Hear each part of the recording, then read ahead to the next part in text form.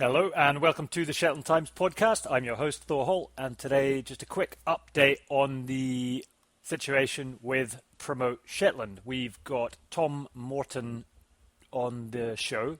We did actually look to contact a couple of other people to come on and give the other point of view. Haven't managed to do that yet. So just bear in mind this is one point of view, as Tom and I discussed during the conversation we have. Hope you enjoy the conversation with Tom Morton. If you could tell me the latest developments with this Promote Shetland situation, that would be wonderful, Tom. Okay. As far as I can understand it, the Development Committee of the Council met on Monday and were basically told by the Director of Development that the tender for Promote Shetland would be going out once more, and that he was hoping, though I don't think he used the word hoping, to have transitional arrangements in place to cover what he called the Shetland.org website and social media. Basically, I think this shows a complete misinterpretation of what Promote Shetland is about and what it does. I think it confuses a very old-fashioned view of what a website is and what social media is with the integrated marketing strategy which Shetland.org is and which Promote Shetland engaged in, which covers everything from print right through to the latest forms of digital media, including video, audio, and multimedia. So, I think basically the Council has showed both its ignorance and its determination to protect itself. Okay. Why would they need to protect themselves? Excuse an amateur who's not been involved with council affairs before. I think they've put themselves in an impossible position because the process of tendering this £400,000 a year contract was agreed democratically by the previous council. And then officials who I suspect really did not want this to go out to tender and wanted to maintain it within the development department itself, then basically altered what the terms of the contract should be. I think the council democratically had decided, on the basis of the highly successful Promote Shetland initiatives over the last 8 years, to approve something similar going out to tender. And what has in fact been put out to tender is completely different. And now they're talking about abandoning what they're calling heritage tourism and giving really no insight into what will replace it. When they talk about heritage, do they mean let's abandon all the things that have made Shetland important, like the sea, like crofting, like knitwear, textiles, fishing? Are all these things to go by the board? Is the marketing of things like the aurora, of the wildlife, of Shetland's fantastic array of natural attributes just to be thrown out? Is that what that means? It's almost idiotic. And to be fair, I did invite Mr. Cooper, Alistair Cooper, the Development Committee Chairman, to come on to discuss this with you, so we would have a bit more of a balanced show. No, I don't mean that you're not balanced, but you know what I mean. Like, I want to I am imbalanced. There's no question about that. That's good. It's good that you say that, because that means if anyone gives me any kickback on this, I can say, well, he admitted to being unbalanced. Okay, so imbalanced, but not unbalanced. Sorry, I think. I'm putting one point of view here, Thor. Yeah. It's a personal interpretation of it. There's no question that there will be alternative points of view.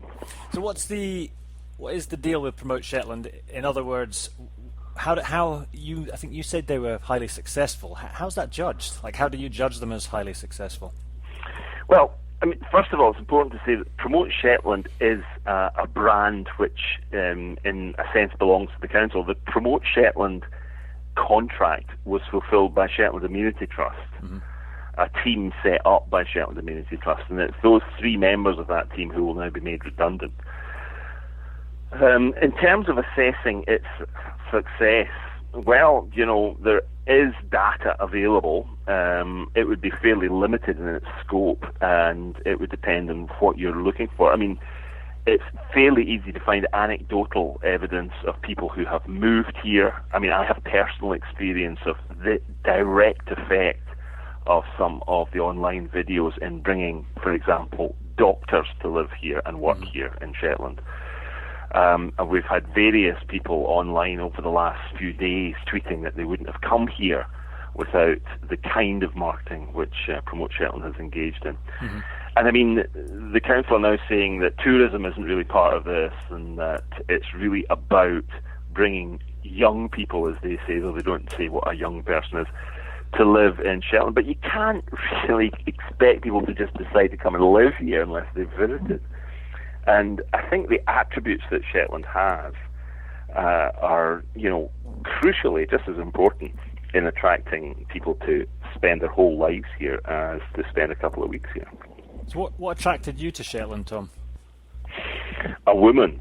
I mean, it was as simple as that in lots of ways. I mean, it's 30 years since I moved here, though we did spend 4 years back in on the mainland of Scotland. No, that's not strictly the whole story. I'd been up here on several occasions as a journalist, reporting on various things to do with the oil industry.